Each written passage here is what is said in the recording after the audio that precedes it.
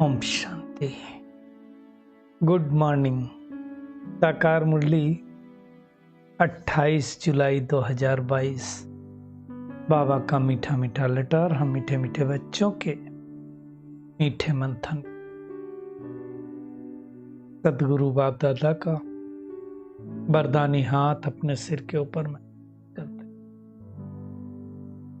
और उनकी शांति भरी किरणों के बैठ जाते, अनुभव करते हैं शांत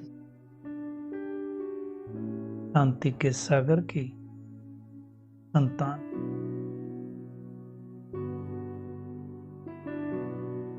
आज मीठे बाबा ने कहा, मीठे बच्चे, तुम्हें पढ़ाई में कभी थकना नहीं है। अगर स्टूडेंट पढ़ाई में थक जाए तो मार्क्स कैसे आएंगे? अच्छे नंबरों से पास कैसे होगा? इसलिए बाबा कहता है कभी थकना नहीं है पढ़ाई में। हमारी भी स्टूडेंट लाइफ है ना, तो हमें कभी थकना नहीं है, अथक बनना है। अथक का मतलब जो कभी थके नहीं, अर्थात अथक बनने का आज बाबा ने अर्थ बताया, कर्मातीत अवस्था को पाना। कर्म के बंधन का कोई प्रभाव ना हमारे ऊपर पड़े, अच्छा या बुरा दोनों का।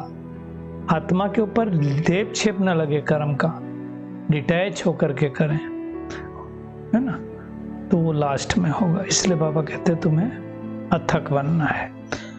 आज का प्रश्न है, तुम बच्चों ने अभी कौन सी प्रतिज्ञा की और क्यों? बहुत अच्छी बात बाबा ने कही कि तुमने प्रतिज्ञा की है कि किसको भी दुख नहीं देंगे। भगवान के बच्चे किसी को दुख नहीं दे सकते हैं, सबको सुख देंगे और सुख का रास्ता बताएंगे। ऑब्वियस है, सुख का रास्ता बताएंगे तो सुख तो मिलेगा ही ना। दूसरा प्रश्न है, किन बच्चों की पालना यज्ञ से होती है? भले सरेंडर नहीं है, समर्पित नहीं है, फिर भी बाबा ने कहा जो अपने को ट्रस्टी समझते हैं, अर्थात पूरा दिल से सब कुछ सरेंडर कर देते हैं। तन मन धन सब कुछ तेरा, तेरा तुझको अर्पण। वो रहते भी गृहस्थ व्यवहार में, ऐसा नहीं होता कि वहां सेंटर पर ही रहते हैं, धंधा भी करते हैं, बिजनेस भी करते हैं, नौकरी भी करते हैं, लेकिन है ट्रस्टी। और अगर ट्रस्टी हैं तो जैसे शिव बाबा के खजाने से खाते हैं, भंडारे से खाते हैं।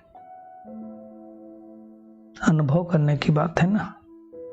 आज का गीत है, तुम ही हो माता पिता, तुम ही हो बंधु सखा, तुम ही हो। बच्चों को बाप मिला ना, तो अब अनुभव से कह सकते हैं कि हम कांटों से फूल बन रहे हैं, और कोई परमात्मा के सिवाय बना नहीं सकता। किसी का कहना कोई मानेगा क्या?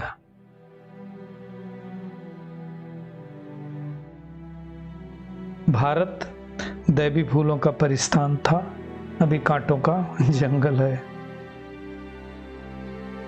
कांटों का परिस्थान कभी नहीं कहा जाता है। तो बाबा कहते हैं तुम बच्चे अभी जो सुनते हो वो महावाक्य सुनते हो। परमात्मा का एक एक बोल जो होता है वो महावाक्य होता है। वाक्य होता है मनुष्यों का, उनकी हर एक बात महान है। वो तो महान सुख का सागर, महान शांति का सागर, महान ज्ञान का सागर है। उन जैसा महान कोई इस सृष्टि पर हो नहीं सकता है। बाबा कहते हैं अब तुम ये बातें अच्छी रीति समझ चुके हो। पहले हम क्या करते थे, हम हर एक कर्मेंद्रियों से दुख देते थे। अब हम प्रतिज्ञा करते हैं ना बाबा से कि किसी के कर्मेंद्री से किसको भी कोई दुख नहीं देंगे। दुख तो हम कर्मेंद्री से देते हैं, चाहे हाथ से दें, चाहे मुख से दें, कुछ सुना करके दें, मतलब ये दुख देने के लिए तो कर्मेंद्रिय हैं। अब हमें क्या करना है, जैसे बाप दुख हरता सुख करता है, वैसे हम बच्चों को भी बनना है। कोई को भी दुख नहीं देना है, हर एक को सुखधाम का ही रास्ता बताना है। बाबा कहते हैं सोचो, ये जितने ब्रह्मा कुमार कुमारियां किसकी मत पर चलते हैं? परमात्मा की श्रीमत पर ना। वैसे दुनिया में ब्रह्मा की मत भी गाई हुई है, इसलिए दुनिया वाले क्या कहते हैं, गुरु रे ब्रह्मा, गुरु रे विष्णु, परंतु गुरु को फिर भगवान नहीं कहा जाता है, उन्हें क्या कहा जाता है? देवता कहा जाता है। ब्रह्मा विष्णु शंकर क्या है? देवता है। माता पिता नहीं कह सकते, माता पिता तो एक ही है।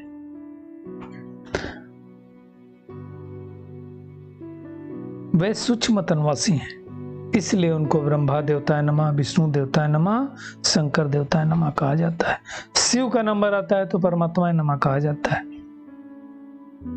स्वर्ग में लक्ष्मी नारायण को भी सब माता पिता थोड़ी कहेंगे, तो अपना बच्चा अपने माता पिता को कहेगा ना।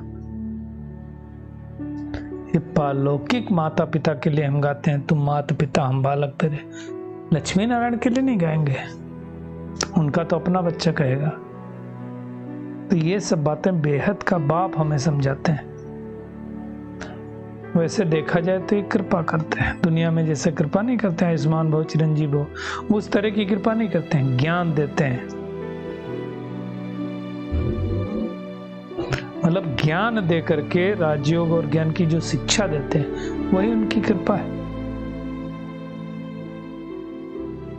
भक्ति में तो कितना ढेर का ढेर देते हैं ना। तो बाबा कहता है आशीर्वाद दृष्टि रखना, दया दृष्टि रखना, सो तो परम पिता परमात्मा के सिवाय कोई रख नहीं सकता है। ऐसा नहीं कि कोई को देखने से देवता बन जाते, नहीं। पाठशाला है, पढ़ाई करनी होती है पाठशाला में, बगैर पढ़ाई के कोई कुछ नहीं बनता है। बाबा कहता है अभी तो तुम जानते हो कि निराकार परम पिता परमात्मा इस साकार तन में आया है। मम्मा बाबा दादा का ये क्या है? कुटुंब है। कुटुंब माने होता है परिवार, ईश्वरीय परिवार। तो बाबा कहते हैं ये पाठशाला भी शहर से दूर होनी चाहिए। पहले माउंट आबू में तो अभी सब वहां तक शहर हो गया, पहले तो था ही नहीं ना। शांति चाहिए ना, बाबा कहते क्योंकि शांति धाम में जाना है। मन को ही शांति चाहिए, और आत्मा के ही पार्ट मन बुद्धि है। आत्मा ही शरीर से अलग है। नाक कान आदि इसको शांति थोड़ी चाहिए, शांति किसको चाहिए? आत्मा को ही शांति चाहिए। आत्मा में सारा पार्ट नूंधा हुआ है। वो कब इमर्ज होता है? जब शरीर मिलता है तब वो इमर्ज होता है, और वो पार्ट हम बजाते हैं। 84 जन्मों का जैसे पार्ट है।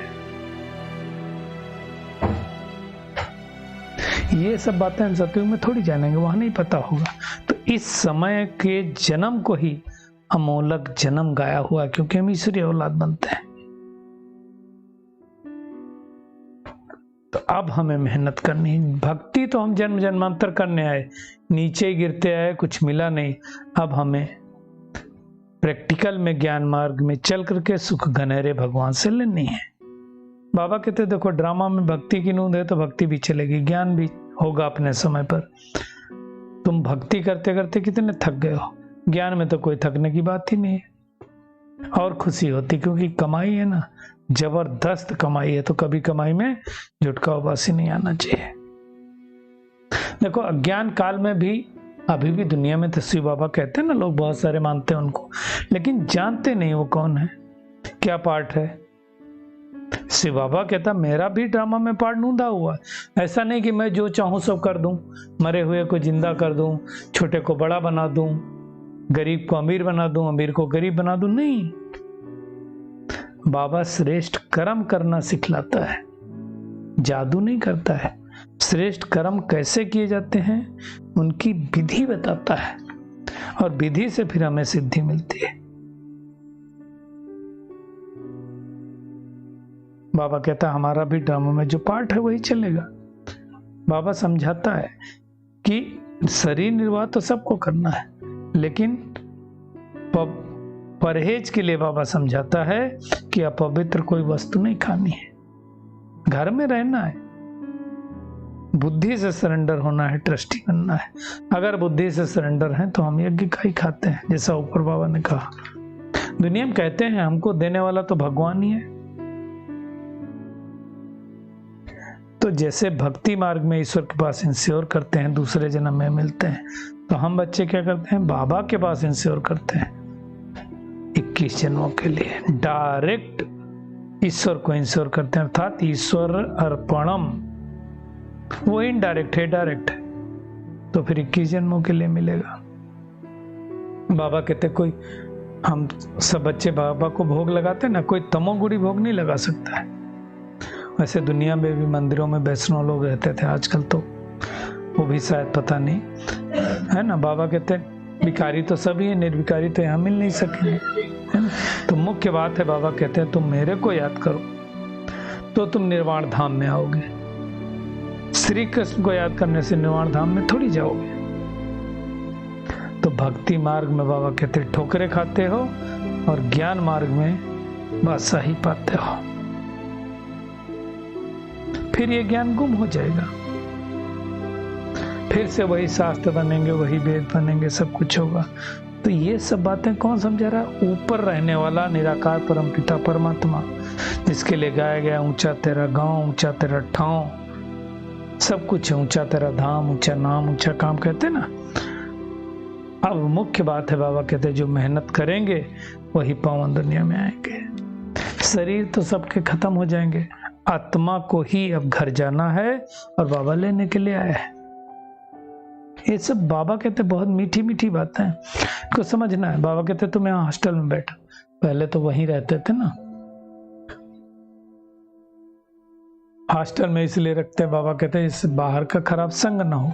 शुरू शुरू में भट्टी बननी थी तो भी ऐसा ही था। बाबा कहते हैं यहाँ तो तुमको निर्विकारियों का संग है, इसलिए बाबा कई बार कहते हैं संग की संभाल करनी है। फिर बाबा ने कहा अच्छा आज तो ब्रह्मा भोजन है, सदगुरुवार था ना, तो शिव बाबा तो खाते नहीं, वो तो अभोक्ता है। देवताओं को ब्राह्मणों का भोजन अच्छा लगता है, क्यों? क्योंकि इस ब्राह्मण के भोजन से ही तो देवता बनते हैं। तो बहुत महत्व है ब्रह्मा भोजन का, इसलिए उसकी कदर होनी चाहिए। एक भी दाना ब्रह्मा भोजन का बर्बाद नहीं होना चाहिए। उसका असर बहुत पड़ता है, लेकिन कब असर पड़ेगा? जब पक्के योगी हो बन करके भोजन पकाएंगे, है ना, तो बुद्धि अच्छी हो जाएगी। सारा दिन बाबा कहते हैं शिव बाबा की याद में रहकर कोई सुदर्शन चक्र फिराते भोजन बनाए तो भोजन बहुत शक्तिशाली होगा। योगी चाहिए मन, प्योरिटी तो ठीक है, बाकी योगी चाहिए। बाबा ने कहा 5-7 ऐसे योगी बच्चे हों जो योग में रहकर भोजन बनाएं, तो इससे अवस्था बहुत अच्छी हो जाएगी। तो आज का होमवर्क क्या है? एक तो कभी थकना नहीं है, थक बनना है। माता पिता को फॉलो करके ज्ञान योग से सबकी पालना करनी है और उसी पालना में रहना है। घर गृहस्थ में रहते भी संपूर्ण दृष्टि बनना है।